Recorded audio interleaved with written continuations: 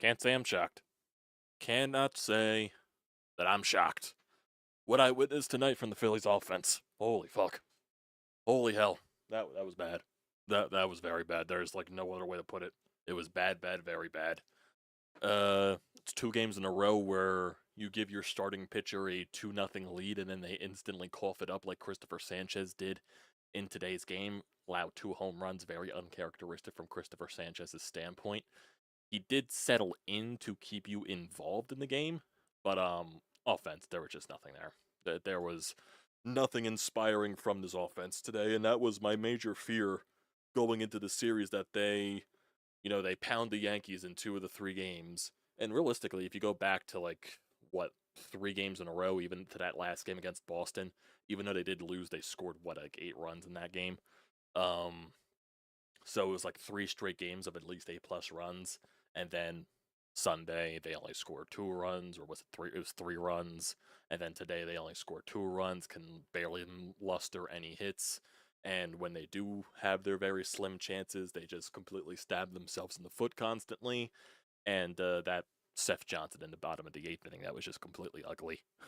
That was just ugly, and even capped off by the Bryce Harper mistake at first base to allow a run to score to keep the inning alive. Yeah, can't say I'm shocked. Cannot say I'm shocked whatsoever. I came into this demanding a sweep, and that's already crossed off the checklist with an X, not a check. X'd off, crossed off. You draw, or not even an X. You'd like draw the line through the thing to basically make it null and void.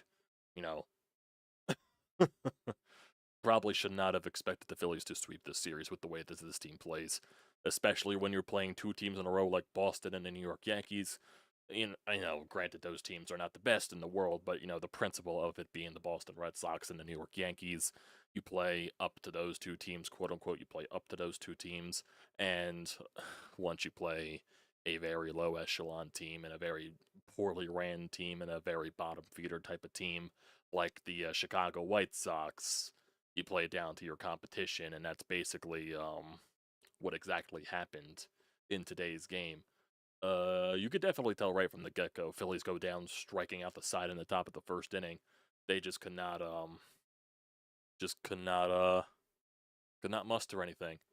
Bryce Harper got a couple of runs home with what was it, bases loaded and 2 outs, so that was nice to see by Bryce Harper. Bryce Harper was like, I would say, a third of the offense today for the Phillies. The Phillies only had 6 hits. Bryce had 2 of those. Marsh also had 2 hits in this game, and then Kepler and Stott had the other 2. Basically, besides then, the rest of the offense was just completely garbage.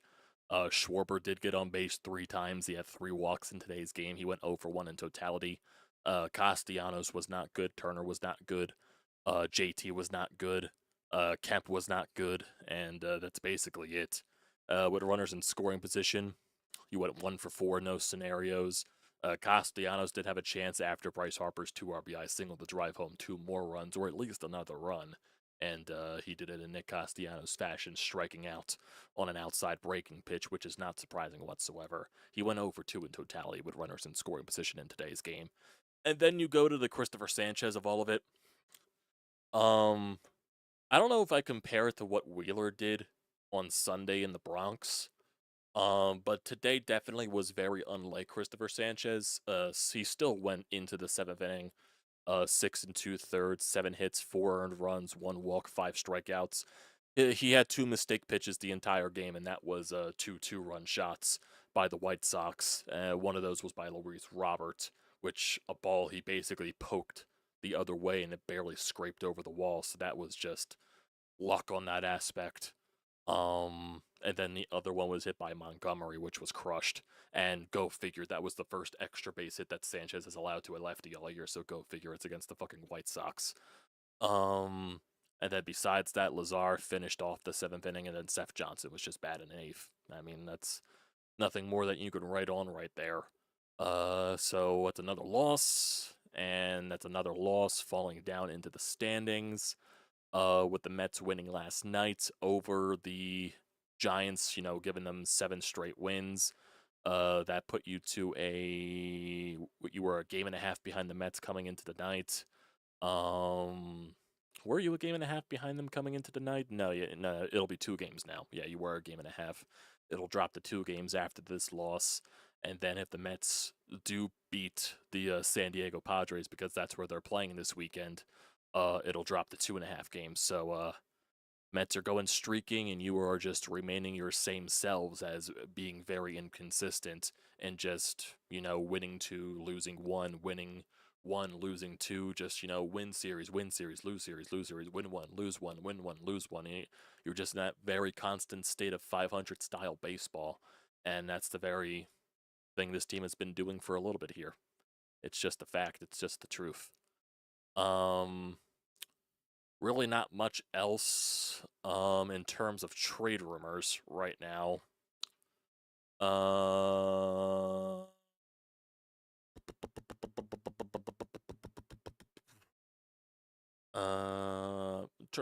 terms of trade rumors, there definitely wasn't much on the block today. There was a scare with Eugenio Suarez in the Diamondbacks game against the Tigers tonight. He got beamed by a fastball on the hand in the 9th inning, and it didn't look pretty, but they did get X-rays, and the X-rays did come back negative, so that is I guess a bright spot on that part in terms of him being still on the trade block. Luis Robert made a nice play in center field, made a nice diving catch, I guess you can say, for Phillies fans that want them to go after Luis Robert. Also with the home run. I really got not much from this game. This game was a complete dud. This game was a complete dud. You completely played down to your competition. That's basically what happened in today's game. Like I said, from the Sanchez perspective, he allowed 2 home runs, which was very uncharacteristic of him. But the offense, but at the end of the day, Sanchez only allowed 4 runs. I mean, against the Chicago White Sox team, you should be able to score against this team. And this is more on the offense today. This is completely more on the offense today. I know on Sunday, it basically is the complete flip-flop. I blame Zach Wheeler more than I do with Cristopher Sanchez in this game. It's because with Sanchez today, it didn't look as ugly. Wheeler just made it look ugly on Sunday. And that's going back to 3 straight starts with Zach Wheeler not looking right. And granted, I know his last start before Sunday against Boston, his stat line looked fine. But still, it was the wildness, it was the craziness with his command, not really in his dominant, pure self. Cristopher Sanchez coming off of a complete game, and, just a full stretch of dominance from Cristopher Sanchez. He is allowed to have a stinker, even though I wouldn't qualify this. It wasn't a bad start by any means. It was okay. It was meh. He wasn't the main reason. He was part of the reason why you lost. He's not the full reason why you lost in today's game, because he still put you in a position to be involved in the game. He still went deep into the game. It's just that your offense couldn't hit. Your offense couldn't hit against Martin, who had a almost 4 ERA coming into this one, struck you out 7 times. It just wasn't pretty. Just wasn't pretty. It just really, really was not good. Really was not good.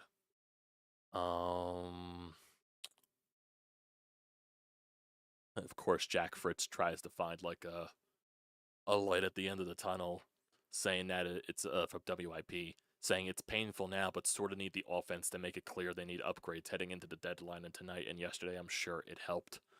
Whatever floats your boat there, Jack Fritz. Whatever floats your boat. Just in terms of the game today, just looking at everything. You go down 1, 2, 3 in the top of the first, 1, 2, 3 in the top of the second, top of the third. That's when you get the 2 runs on the board. Kepler with a single, Stott with a single. Schwarber then walked, which loads the bases with 2 outs, and then Bryce Harper with the double to bring home 2 runs, which that was just Bryce Harper being aggressive. It wasn't like a pure double. And Castellanos striking out on the outside pitch as always. But then Cristopher Sanchez gave it the runs right back. 2 runs shot by Montgomery in the bottom of the third. Tied the ball game up. Top 4, Marsh had a 1-out single. Nothing happened after that. Bottom 4, this is with 2 outs, by the way. So a leadoff ground out for Cristopher Sanchez. Vargas then singled. Benintendi didn't ground it out into a fielder's choice. It was a soft hit ground ball. They couldn't turn to double play. And then Luis Robert in a 2-1 count basically just poked a ball the other way. It looked like he got jammed, honestly, and my God, he just strengthed it out. It barely scraped over the wall, but still, it's a home run. It's a home run. It's a 4-2 ball game for the White Sox. Top five, Stott with a leadoff walk. Turner grounded into a double play. Schwarber then walked in a very long at bat. Harper then singled, and then Castellanos grounded out on a play that he should have beat out. It was a chopper. Pitcher dove to get to the ball, freaking rolling all over himself, and then it just barely got Castellanos. Castellanos should have been safe by a mile. Bottom five, Cristopher Sanchez gets out of that. Top six, Marsh had a 1-out single, nothing happened there. Bottom six, Sanchez with a 1-2-3 inning. Top second, Schwarber with a 2-out walked, and then nothing happened. Bottom seven, leadoff walk for Sosa. Montgomery then strikes out. Taylor then doubles. Then the fielder's choice happened, which was a nice play by Idle Kemp to get the out at home plate. Then Lazar came in, got the last out of that 7th inning.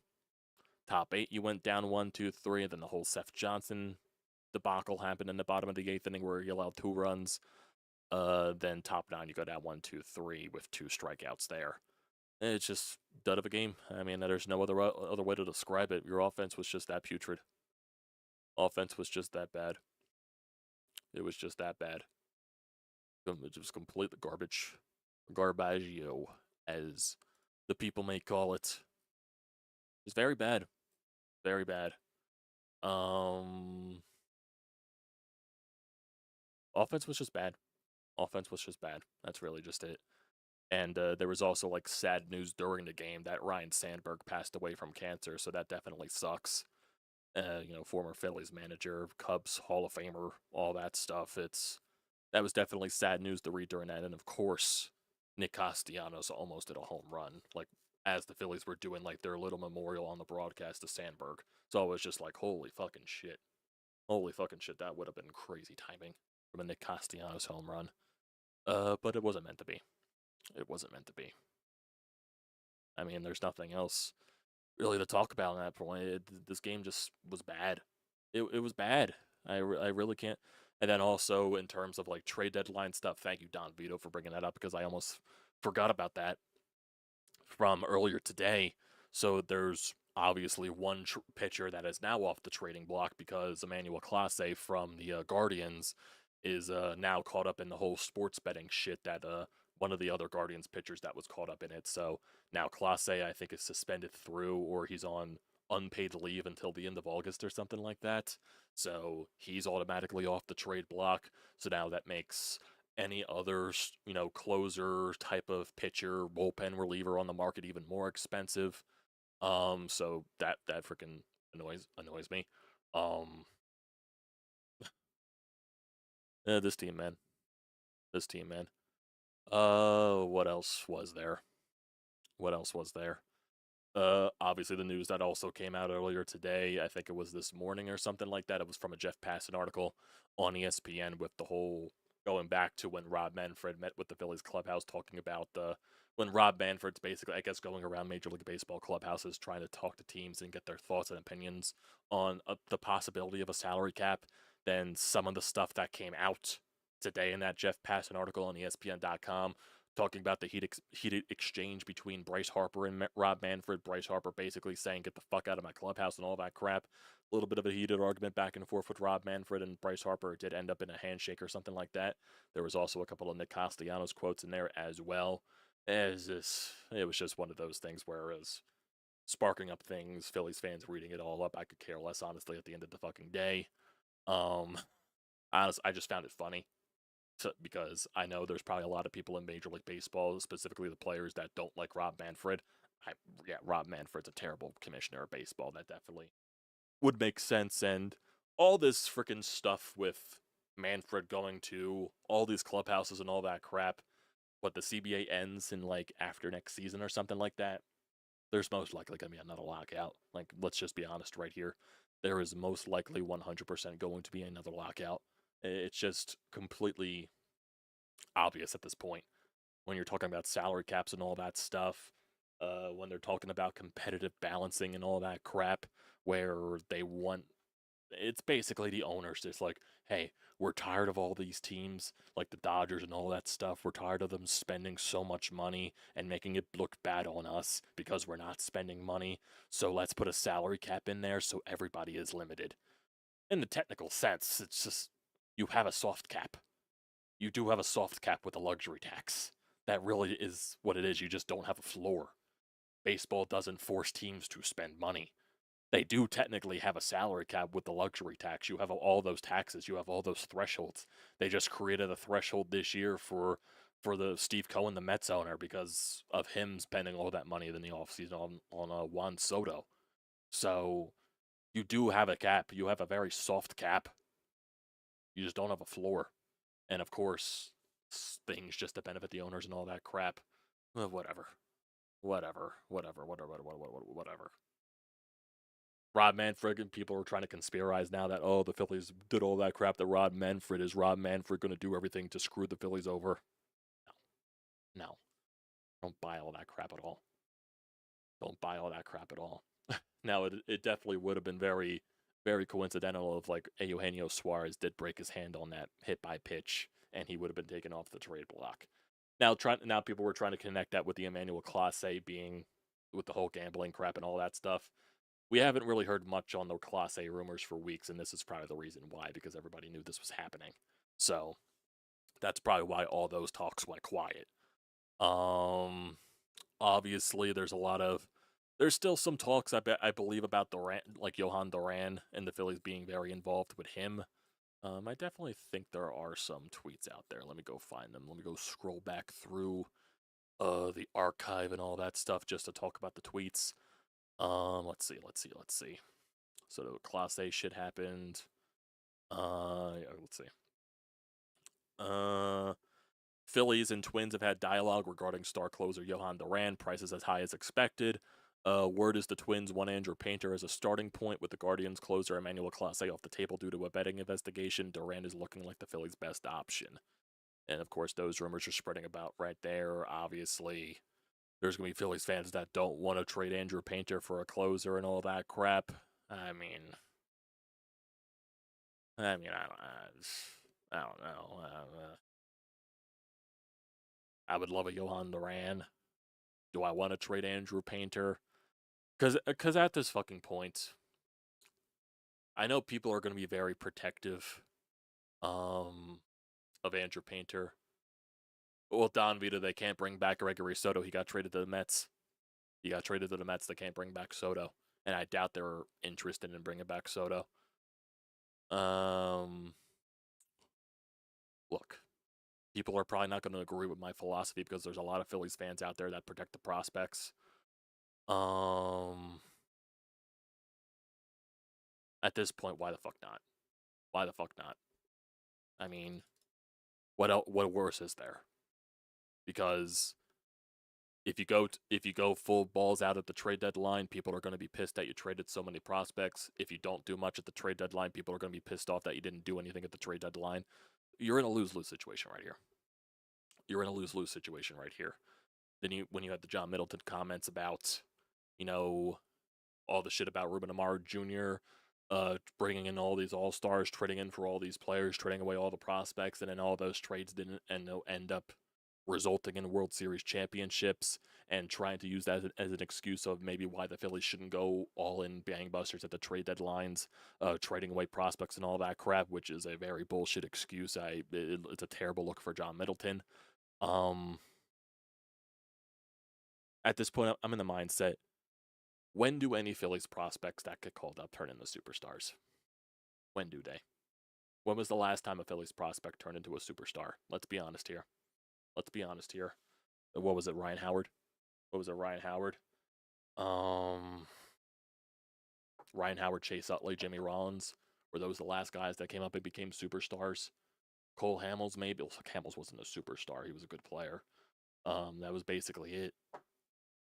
That was promised of Alec Boehm. He's a solid player. Bryson Stott's nowhere where people projected him to be at all with his hitting. So at the end of the day, those two are failures. I guess Aaron Nola is a success because he's become a good starting pitcher in this league. But really, besides that, when do Phillies prospects become superstars? They just don't. They just don't. So at this point, I'm just tired of gatekeeping all these prospects because at the end of the day, 95% of them are just going to end up prospects at the end of the day. They just aren't going to be. Trade them away. You can trade prospects away. You can get prospects back. You can do it like other teams do. Why do you think so many other teams have such deep prospect pools? Because they can just do it all. You can draft prospects. You can trade away prospects. You can get prospects back. You could do all three. You could do all of it. You can compete. You can build through the draft. You can trade prospects. You can do all this stuff. You could trade to get prospects back. You could do all three of them. Why can't you do all three? Trade Andrew Painter. Trade Aiden Miller. Trade Justin Crawford. Trade these guys. Put your team in the best possible position possible. Put this core in the best possible position to go out there and win. Now, granted, not a lot of people believe that they can go out there and win, which I'm included in that bunch. But I feel like that's a disservice to the players to not go all into the trade deadline. Because as much as we don't believe in this team, realistically, let's be honest here, as much as we do not believe in this team, there's no good team in baseball this year. There is no standout team in baseball this year. There is not one baseball team that is out there that is purely dominant, that is purely electric, purely that you say, yeah, that's the team that's going to win a World Series. There really isn't. There's good teams out there. There's not one true dominant team. And like I keep saying, as much as we don't believe in this team, the Phillies have as much of a shot as anybody else. And if you go into the trade deadline, you improve your roster, and you put your team in the best possible position, like what else can you do? What else can you do? You put your team in the best possible position. That's all you can ask for at the trade deadline. Now, realistically, you should have done more shit in the offseason to put your team in the best possible position so you don't have to go all out at the deadline. But that's another story for another day because that's how bad your offseason was.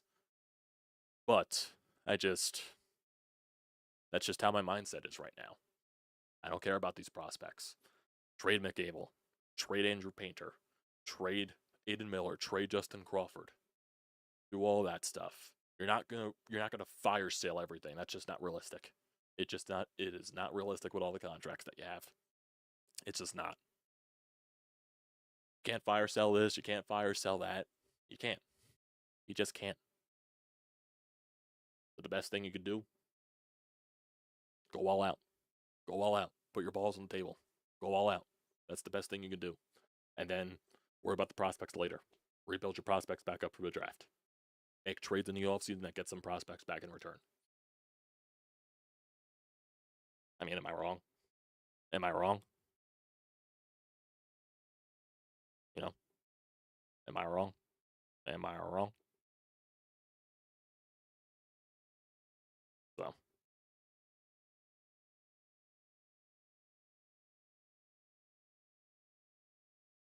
I mean, that's why you go out and yeah, that's why you go out and trade for players at the trade deadline. You bring players that are better in return to maybe help players into the lineup that have a better factor. You go out and get Johan Duran, that instantly makes your bullpen better because you instantly have a closer. And by default, by proxy, that makes your bullpen better. You go out and get a Eugenio Suarez, it makes your lineup better because it makes your lineup deeper, and it's a bat to protect Bryce Harper and Kyle Schwarber. Maybe you go out there and you get a Luis Robert. Granted, I was like very iffy on trading for Robert, but at this point, I just don't care. Just go out and get somebody. Go out and get somebody that's interested. You know what I mean? I can't fully say that Dombrowski isn't going to do that, which I wouldn't be shocked if he doesn't. I just can't get a gauge on this deadline. I cannot get a gauge on what they're doing. And that's the one thing that is bothering me. I can't get a gauge. I can't get a gauge on what they're trying to think of at the deadline. Because they're telling us one thing, you're hearing rumors about another thing. It's just, I don't know what they're doing. I really don't know what they're doing. I wouldn't be shocked if this is the deadline where they finally get desperate and they have to make moves because they put themselves in this type of position. I wouldn't be shocked if that's the case. But I also wouldn't be shocked if he doesn't do anything major and he just does the same thing as he usually does and he just improves by the margins. You go out and get a couple of Tanner Banks and you get one outfield bat that's like platoon worthy. Know what I mean? That's what I expect. Even though I do think that, I really do think that bat for some reason is going to be Luis Robert. I really just had that feeling it's going to be. Maybe they do go out and get Suarez, but it's just like, and maybe they do the thing where you get Suarez, you make him the DH, and you put Schwarber in left field, and then maybe you do still go out and get Luis Robert because his price would be so low. And then you go out and get your bullpen pieces. I don't know what you do. I really don't know what you do. I just can't get a gauge. I cannot get a gauge on what they're doing. It's just really, really just nothing.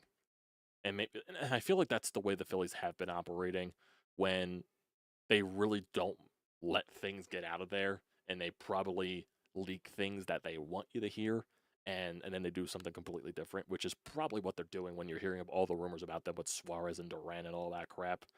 So I really don't know. I really don't know.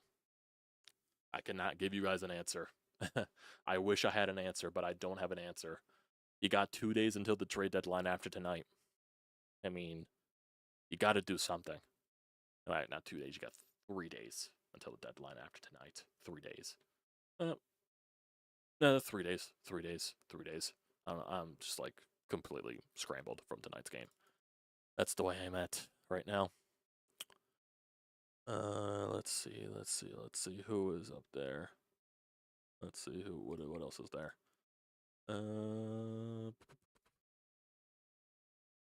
There we got Johan Duran blowing a save against the Boston Red Sox, value lower instead of Andrew Painter. It's Mick Abel. Mick Abel, lower that value, Minnesota Twins. He blew a save. Lower that value. Mick Abel instead of Andrew Painter. That's what happens. Oh man, you know what I mean? That's this team, Julian. I got nothing else for you. That's this offense. They're a team that is truly just inconsistent. Truly inconsistent. They just are. Mets are already beating the Padres 1-0. Who's the pitcher for the Padres today? Who's the pitcher? Dylan Cease. And Frankie Montas is the other pitcher for the Mets. So most likely the Mets are going to win that game because they're just on a heater right now. Wish the Phillies can go on a heater. That would be nice. But right now this team is just incapable of going on winning streaks. They really just are, and it's crazy to even think about that. They're just playing 500 style baseball. Win 1, lose 1, win 2, lose 1, win 2, lose 2, win 2, lose 1. All that. They just can't go on winning streaks of more than 2 games.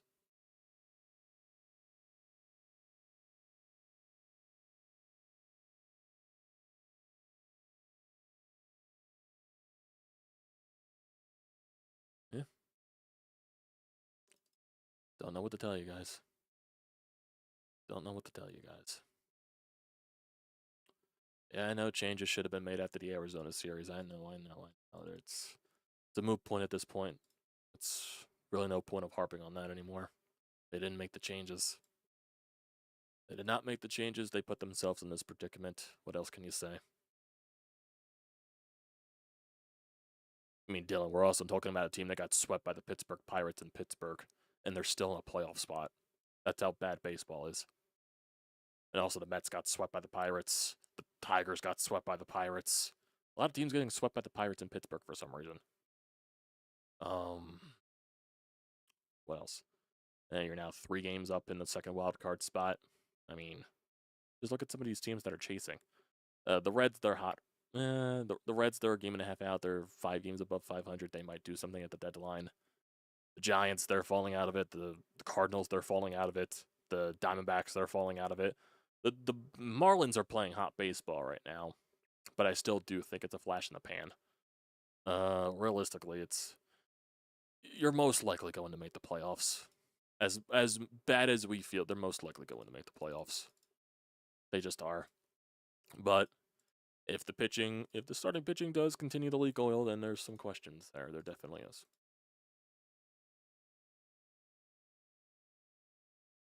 You know what I mean? Uh,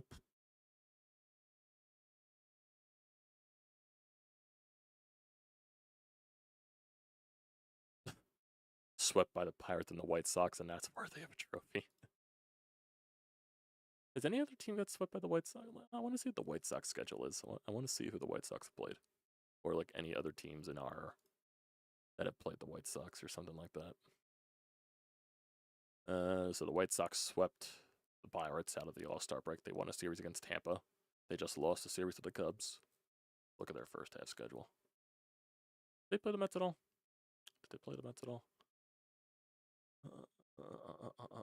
They lost a series to the Mets. They won 2 games. They won a series in Texas. Won a series against Miami. Won a series against Houston. I'm just looking at their series wins. They won a series against Baltimore. Of course, OPS went down for a second.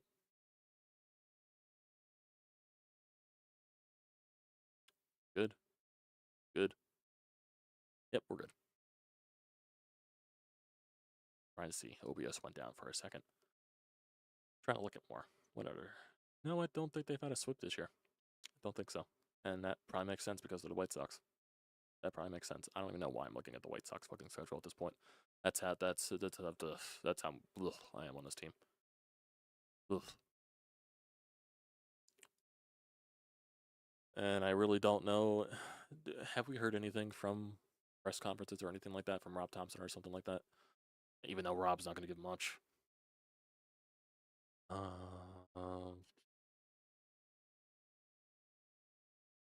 else?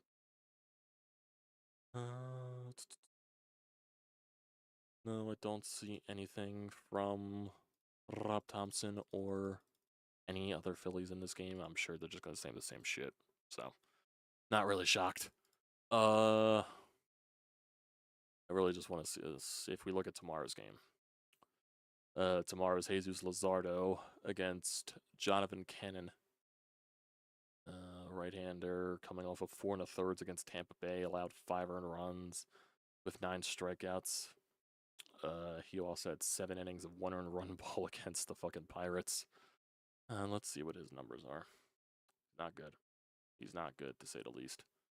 5.3 ERA in the month of April. 3.7 ERA in the month of May. 9 ERA in the month of June, but he was injured in between there. And then so far in July, he has a 4.15 ERA. He's not good. He's not good. 2 earned runs, 1 earned run, 5 earned runs in his 4 starts. But knowing the Phillies, he will probably allow no runs. That is our luck. They'll probably lose this series. I'm not sure. I wouldn't be shocked. I wouldn't be shocked. Yeah, I just wouldn't be shocked. Man. We do have a couple of text messages here from Steven. We don't have any calls. This team has to make big moves this week. It's never acceptable to lose this fucking garbage White Sox team. I want Suarez, Robert Miller, Duran, and Shelby Miller or Sir Anthony. They're not getting all those guys, Steven. I can tell you that for a fact. They ain't getting all those guys. I'd be shocked if Dave Dombrowski had that big of a fucking trade deadline. I'd be shocked.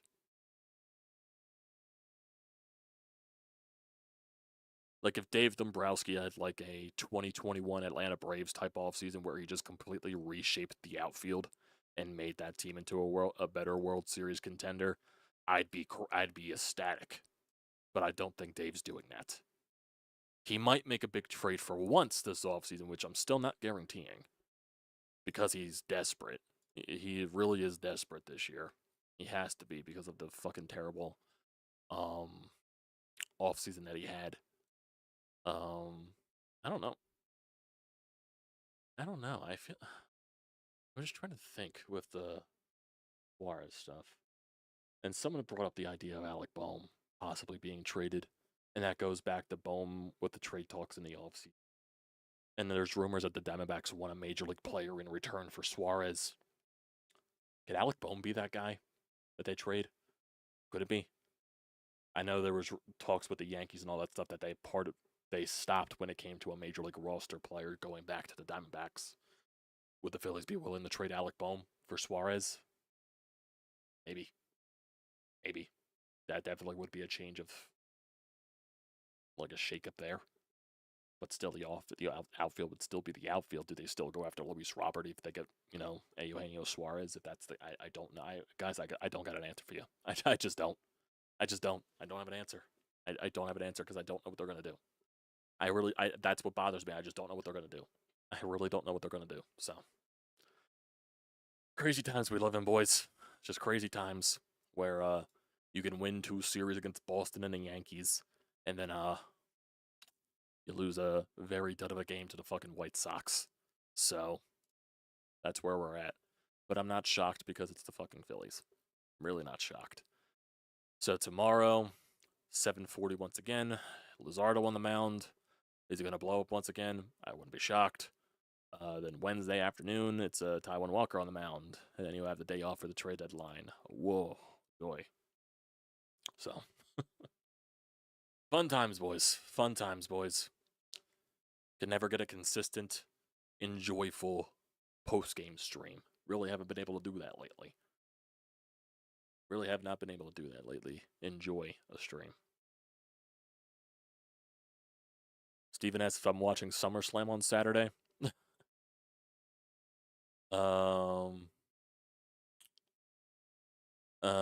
Yeah, I'll be watching SummerSlam this weekend. I definitely will be. I know it would be Phillies Tigers like right at the trade deadline, but let's see. Bet everything I own on the White Sox the next 2 days because I'm sure Clase is.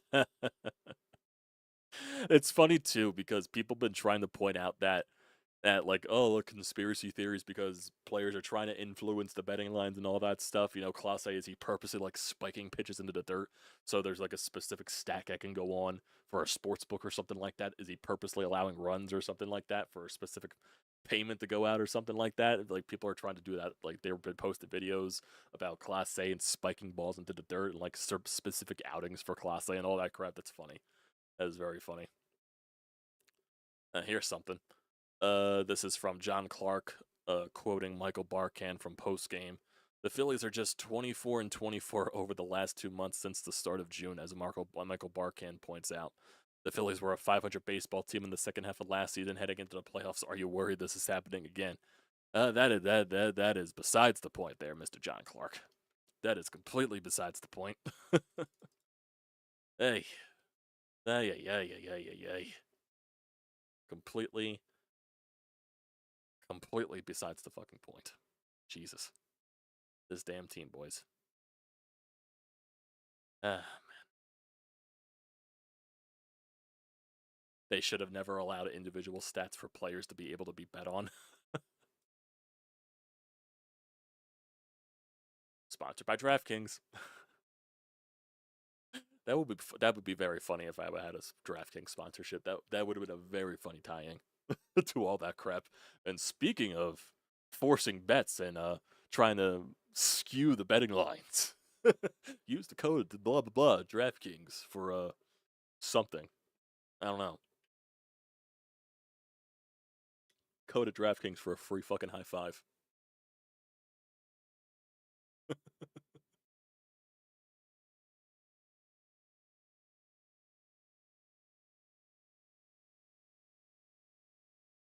That would have been a funny tie-in. That would have been a funny tie-in.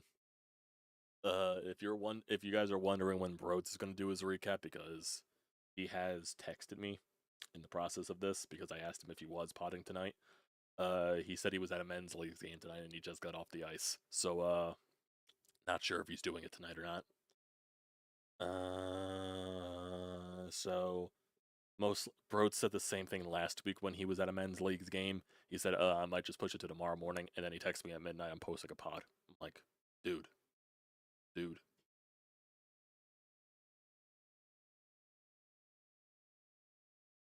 Oh, I am not going to suffer with the Sixers, Julian. I am not going to watch a single second of Sixers basketball this year. I am not. I am not giving my 2 cents to watching the fucking Sixers. I will gladly watch the Eagles, and I will gladly watch the Flyers if the Flyers are going to be bad or not. I don't know. I got no gauge on the Flyers this year. Even though I did say they would be a playoff team next year, because why not? But I still think their goaltending is going to hold them back. And no, that does not mean go out and get Carter Hart.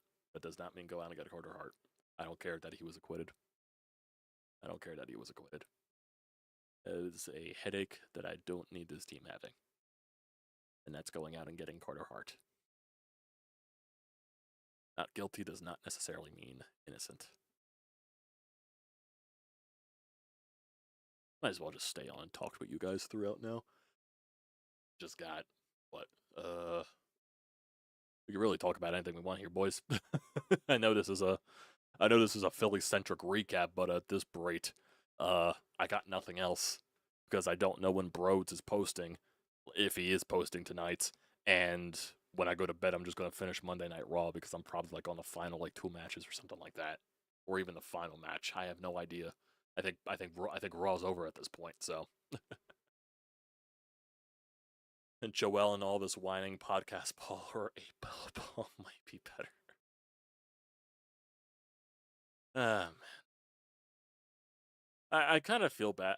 I know the article that came out like a little bit ago on with the Joel Embiid stuff, like from Joel Embiid's side of the story and everything.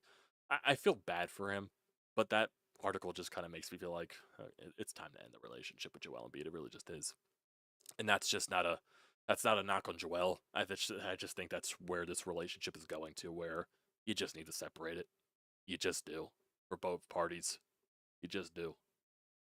There's no light at the end of the tunnel with this, with Joel Embiid and the Sixers. You just got to move on. Got to move on. And I just don't think Daryl Morey is going to do that. I really just don't think Daryl Morey will do that at all. So that's a waiting process. Just build a team around Maxey McCain and Edgecombe. Even though Edgecombe's having injury issues in the summer league recently. So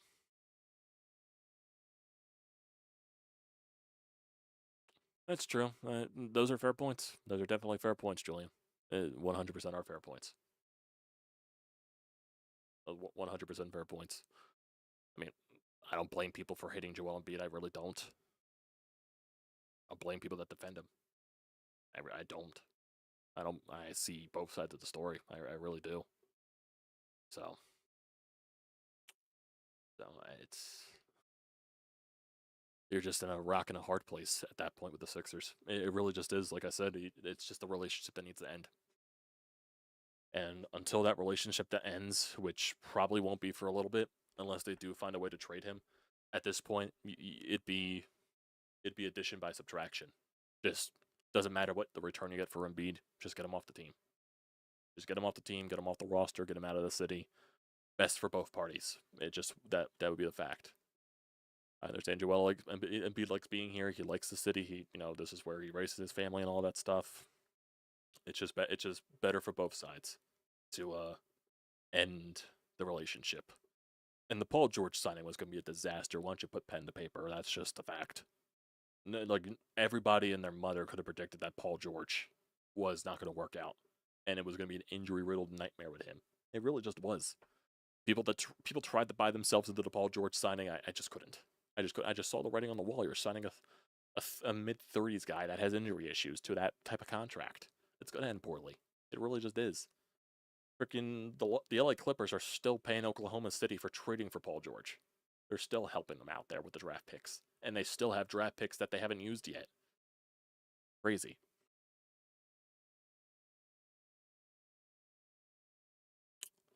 Wasn't the Celtics series? I could definitely agree with. Wasn't the Hawks series? Wasn't he playing on the MCL injury? Wasn't he playing with the MCL injury and like the thumb reason situation and all that crap?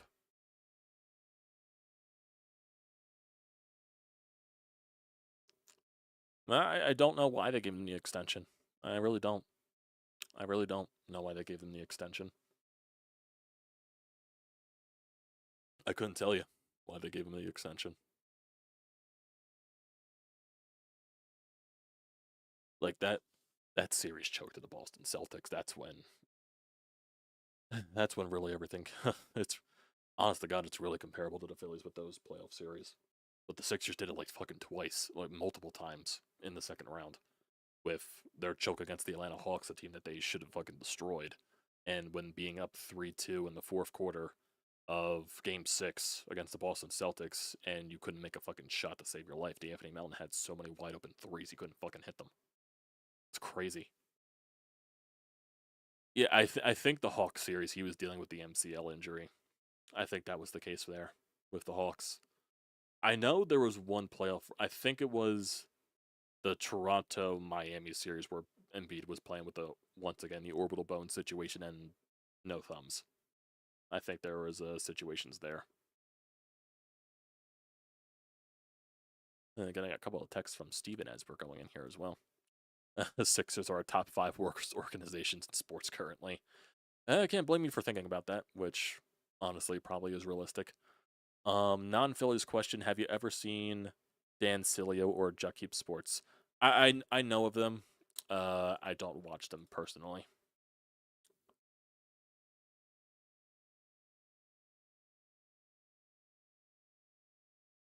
Yeah, now all the more news about the Ryan Sandberg passing is just like going through Twitter right now. Larry Boda just tweeted and all that stuff. Definitely sad stuff. I think he had prostate cancer or something like that, which sucks because I remember him saying that he was in remission not that long ago. So I guess it came back worse, which sucks. Sad stuff. Oh yeah, the Hawks series. I feel like the Hawks series, I put that more on Ben Simmons because Ben Simmons was just pure garbage that series. But yeah, like I forget what was it like. It was on it was at home. It had to have been they blew like a 30+ point lead, wasn't it? It was at least a 20+ point lead they blew in the second half to lose that game. Like that just can't happen. That really just cannot happen. Those were just nightmares. Those were just nightmares. Thank God we do have an organization in the city of Philadelphia that is ran properly, and that is our football team. And thank God that is starting up soon. That they are in training camp, and I think this upcoming Thursday actually starts preseason games. So we're getting very close to football season. So very, very thankful for that. And people keep saying like, "Oh, this is the last Thursday now without football for the rest of the until February or until January or something like that, or until whatever until the season ends." Um, that is definitely Philly sports in a nutshell. That definitely is, Julian. I agree, 100%. Um, let's see, what is there anything else here? There's also like rumors out there that the Mets want to trade Mark Vientos, so that's very crazy. That is definitely crazy. Ben Simmons, who couldn't hit 3 throws, and James Harden, who stops working in the playoffs. Yeah. Yeah, James Harden is also very responsible because he was the primary ball handler against the Celtics. Ben Simmons just became Ben Simmons, and then he quit on his team. What else? Oh yeah, Eagles will definitely win another Super Bowl with this group. They 100% will. Whether it's this year, next year, or something like that. 100%. 100%. It's funny how they thought Mark Vientos was like the savior of the team last year, and he sucks this year. So where was he even ranked in their? I don't even know if he was ranked high in their prospect system. I could not even tell you that. But he comes up, he got insanely hot last year, and now he's back down to earth to where he's not that good of a player, and they're barely using him this year. And makes sense that they would want to trade him. Like he has been bad this year for the Mets. So very unsurprisingly that a guy that was probably hitting at an unsustainable clip came way back down to earth, and they have an issue with third base again. Now they're using Brett Beatty again. They're using Mauricio. I know Mauricio had a really good game against the Giants the other night. So the Mets really don't have a full solution at third base unless they do have it with Beatty and Mauricio. I want to see the Mets roster, actually. I want to see their roster. Padres tied it up at 1, it looks like.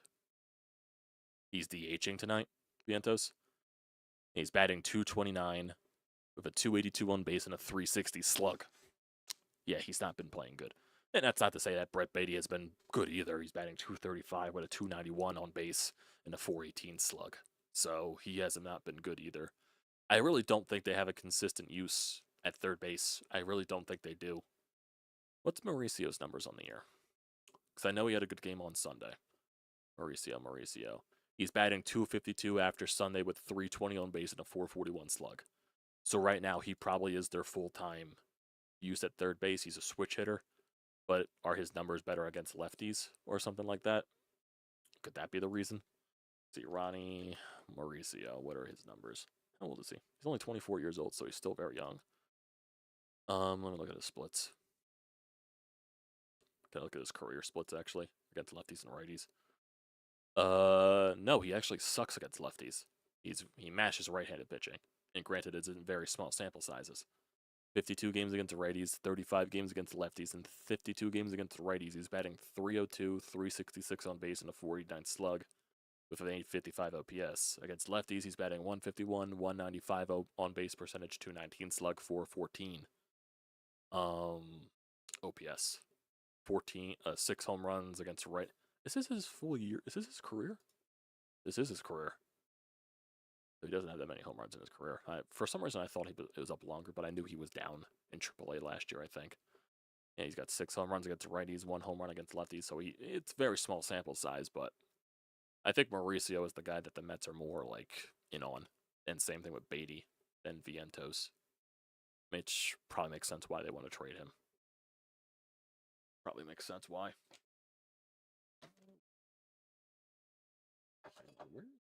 And of course, my fan remote is over there. Shit in here now. Give me a second, boys. I'm not ending the stream. I just want to turn my goddamn fan on. Goddamn.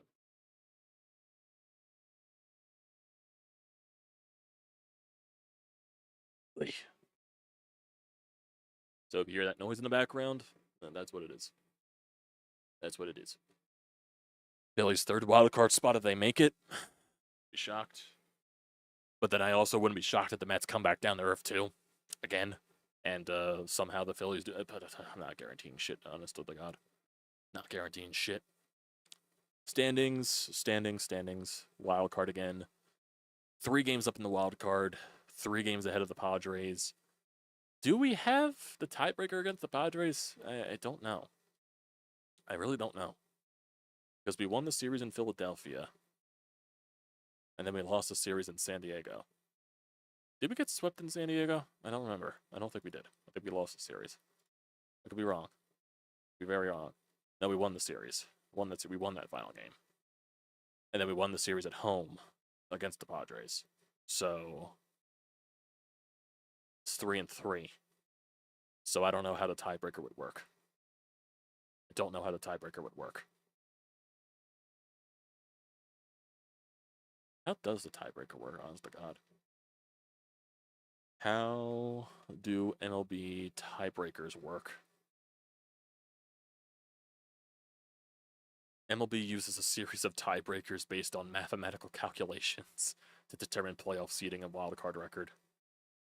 Of course, obviously, the first one is head-to-head record. The first tiebreaker is the head-to-head record between the tied teams. The teams with the better record games played, obviously, wins the tiebreaker.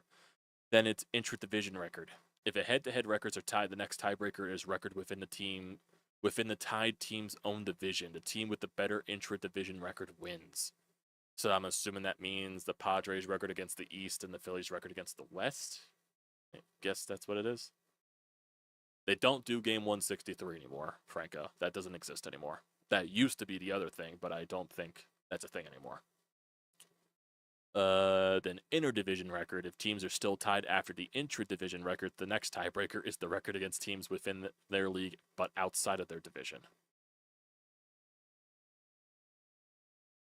Okay, okay, so the Phillies record against the East and against the Padres record against, I don't know how that works. Second half. Oh my God, this is so stupid. It probably would have to go to freaking long ass way to go to these other scenarios. But basically, it's head-to-head record and your intra-division record. Yeah, intra-division record. It's the Phillies record against the East and the Padres record against the West.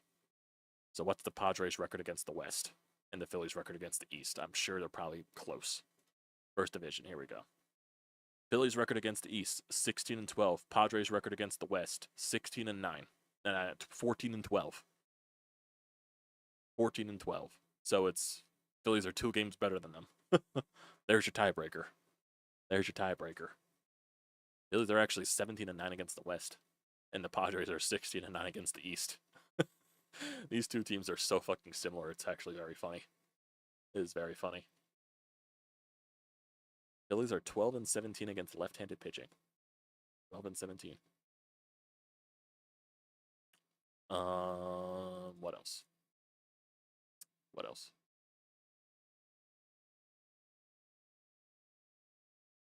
They're under 500 in their last 50. I wouldn't be shocked if that's the case. Would not be shocked if that's the case. Did I like filter that out? Phillies record in the last 50. Phillies record in the last 50 games. 50 games. They're 24-26. 24-26. Let's look at some of those games. So this is dating back to May 29th. May 29th. Is it just going over the losses? Central, Phillies Central. Yeah, the Phillies are below 500 against the Central. They're 11-13.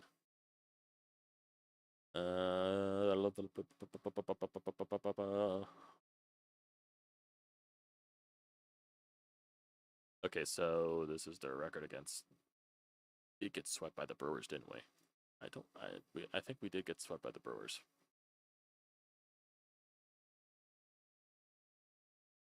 I'm just trying to look at everything just to compare it everything. Where's the Brewers? Where's the Brewers? Where's the Brewers? Yeah, we did get swept. Okay. So since May 29th, they've lost. So the first game it's going off of is the last game they lost to the Braves after that doubleheader, it looks like. So it's that Braves loss. Then he got swept by the Brewers. Then he lost the series to the Toronto Blue Jays. Then he got swept by the... Jesus fucking Christ. This was a stretch where you went... How many games here? 1, 2, 3, 4, 5, 6, 7, 8, 9, 10.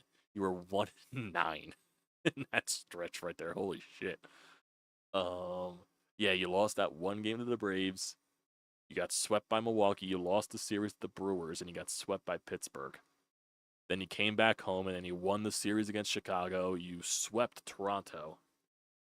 Then you won 3 of 4 against Miami. Then you won the series against the Mets, and then you got swept by Houston. Of course I can't. Why can't I see this all, StatMuse? Why do you have to do it through a fucking paywall? God damn. So let me go to frickin'... So it's from that fucking last game against the Braves. Let me go here. There we go. There we go. Yeah, so they lost that last game of the doubleheader against the Braves. They got swept by Milwaukee. They lost the series in Toronto, got swept by Pittsburgh. Then they went on a stretch of winning series. Won the series at home against Chicago, swept Toronto, won 3 of 4 against Miami. Won 2 of 3 against the Mets. Then they got swept by Houston, won the series against the Braves, won the series against the Padres at home, won the series against Cincinnati at home, which they should have swept, then lost the series on the road in San Fran, and then lost the series on the road in San Diego. Jesus Christ. So they go on a stretch of only winning 1 in 9, and then they win a bunch of series. Then they lose a series, win a couple of series. They won 3 straight series here, but lose 2 series in a row, blah, blah, blah, blah, blah. Then they lost the first series against the Angels coming out of the break. Won the series against Boston, won the series against New York, and then so far lost this game against the White Sox. Road record, they're exactly 500 on the road. Exactly 500. 27-27, unless that's... Yeah, that is updated after tonight. They are 27-27 on the road.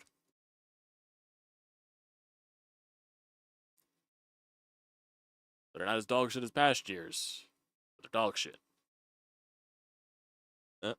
And Fernando Tatis Jr. just robbed a home run against Mark Vientos. Oh shit, that was a... Okay, he didn't... Did he catch it? I'm assuming he caught it, and then he dropped it on the on the follow through, or he dropped it on a throw. So he caught the ball over the wall, that's an insane fucking robbery. Holy shit. But then he dropped it on the exchange. So that's still an out. How many losses were the offense being dead? 75%, let's see. Let's see over the stretch if their losses here. So going back to that Braves loss, they lost to the Braves 9-3. That was the game where Zach Wheeler actually did not pitch good, but the offense also scored 3 runs. 6-2 loss against Milwaukee, so the offense didn't show up. And also, Taijuan Walker was pitching. 17-7, that's when Luzardo got absolutely toasted. 5-2, offense did not show up. I don't remember who would be pitching that night. Who would have been pitching that game? It was after Taijuan Walker. It definitely was not Aaron Nola. Oh my god, just let me look at the fucking game. Jesus Christ, ESPN. I gotta hit the... Who was pitching? Ranger Suarez. And that was a game. Okay, that's a game where Ranger went 6 innings, only allowed 1 earned run. So it wasn't Ranger's fault. The game you won in Toronto, you won 8-3. The second game against Toronto, that was, I believe, a Cristopher Sanchez game or a Jesus Luzardo. No, I think this was a Cristopher Sanchez game. You lost 2-1, so the offense didn't show up. No, that was a McAble game. That was McAble's second major league game. So it wasn't the pitching. It was the offense, and then obviously Luzardo got crushed again in the series finale, and the offense only scored 1 run. The next game, you lost 5-4 to the Pirates. Who was on the mound? That was a bullpen game. So your bullpen only allowed 5 runs, but you scored 4, so that's more on the offense than anything. You lost 2-1 against the Pirates the next day. Ranger was on the mound. That was the offense. Then you lost 2-1 once again. Cristopher Sanchez went on the mound. That wasn't Sanchez's fault. Against the Cubs, you won. The 8-4 loss against the Cubs. Taijuan Walker was on the mound. You scored 4 runs. Beat the Cubs. Beat the Blue Jays. Beat the Blue Jays. Beat the Blue Jays. Beat the thingy. The 8-3 loss to the Marlins. That was a Luzardo game. You also scored 3 runs. The 1 loss to the Mets. That was when Abel gave up so many fucking home runs. And then, obviously, the offense was the issue in the Houston series. Because you only gave up 5 runs. In totality, you only scored 1, so that was fully the offense. The Braves series, you won the first game scoring 13 runs. You lost game 2 because Luzardo was on the mound. Was Luzardo the reason why you lost that game? I don't think he was, actually. No, Luzardo was not the reason why you lost that game. It was the bullpen. It was Romano. It was Romano the reason why. Because he gave up the grand slam to Sean Murphy. That's why, yeah. He gave up the grand slam. But at the end of the day, you still only scored 1 run. Then you scored 2 runs, but you won that game because Ranger was on the mound. San Diego, you won the first game. Second game, you scored 4 runs, but McAble was not good that game. Last game you won. July 4th game, Luzardo imploded. You scored 6 runs, then you won the next 2. San Fran, you scored 1 run. The first game, you scored 3 runs the second game, then you scored 13. Offense was 2 runs in the first loss against San Diego, 4 runs in the second loss. And then you won 2-1. And then the first game against the Angels, that was a Luzardo blow-up. I know that. That was a Luzardo blow-up. The second game you won. And then this last game, Ranger wasn't good. Ranger got blown up. And then he only scored 2 runs. 2 games against Boston, you won. Offense definitely was not the issue in that last game against Boston. That was all Jesus Luzardo. You scored runs against the Yankees. That wasn't the issue in the first 2 games. The next game, yeah, Wheeler did not look good, and your offense only scored 3. And today, your offense was the issue. So, mainly, yes, I would say that 75% is probably very accurate. That 75% is probably very accurate. There's Julian, very accurate.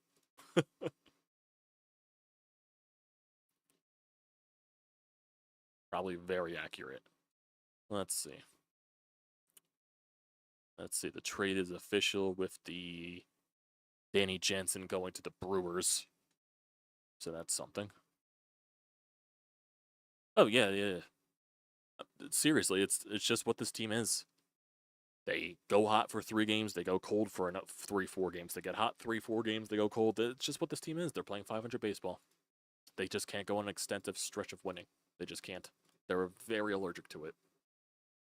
Very allergic to it. Holy shit, that was an unreal robbery by fucking Tatis. Holy shit. Holy shit, that was crazy. No, I don't think there's any other news. I don't think there's any other news.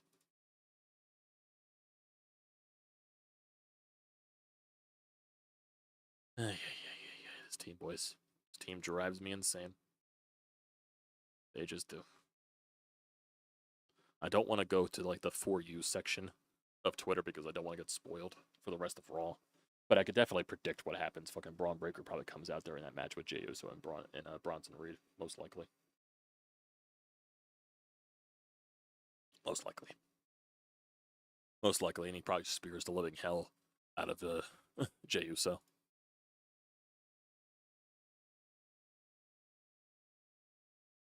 Oh man. Oh man. Let's see. So it's still 1-1 Mets and Padres. That's basically it there. Marlins got crushed by the Cardinals. Nationals actually won a fucking game against Houston. Atlanta scored 10 runs against Kansas City. Yeah. Things that happened. It's just this team, boys. This team is very annoying. Very, very, very, very annoying. So I think that'll do it. I think I've been live long enough. Over an hour. Gave you guys an extensive stream here today. So we'll be back tomorrow. Most likely after tomorrow night's game, bearing any breaking news if the Phillies actually do make a trade before tomorrow's game, which I would be shocked if that's the case. I do not expect them to. Most likely, if we're talking about Phillies trades, the game on Wednesday is at 2 o'clock. So that's probably when they start making their moves after that game, because they'll have all the rest of Wednesday, then all of the Thursday until the 3 o'clock deadline. So that's what I would expect. But then who knows, they can also make a trade tomorrow. It would be nice if they made a trade tomorrow. That would be very lovely. That'd be very lovely if they actually did that. So, see. We'll see. But appreciate you boys for tuning in tonight. Don't forget to leave a comment in the comment section down below. Don't forget to drop a like. Don't forget to hit that subscribe button. Does me a great deal of service. Also use the code TTPSPORTS, $20 off your first purchase at SEATGEEK. Great deal, don't pass it up. So, I don't know if Brodes is doing his recap tonight. Most likely he'll text me if he just randomly does it after he gets home from his beer league game, or his men's league game, whatever he calls it. So, you never know. You never know. So, thanks guys for tuning in tonight. Appreciate you for bearing down here with me talking about this dreadful baseball team. So, I'll see you guys next time. Most likely for tomorrow after tomorrow night's recap. Actually, do I? I feel like I should stream during tomorrow's game. I don't know. We'll play it by ear, but maybe we'll stream during tomorrow's game and just react to it live and just go crazy. We'll see. You'll guys see something tomorrow, so I'll be going live regardless.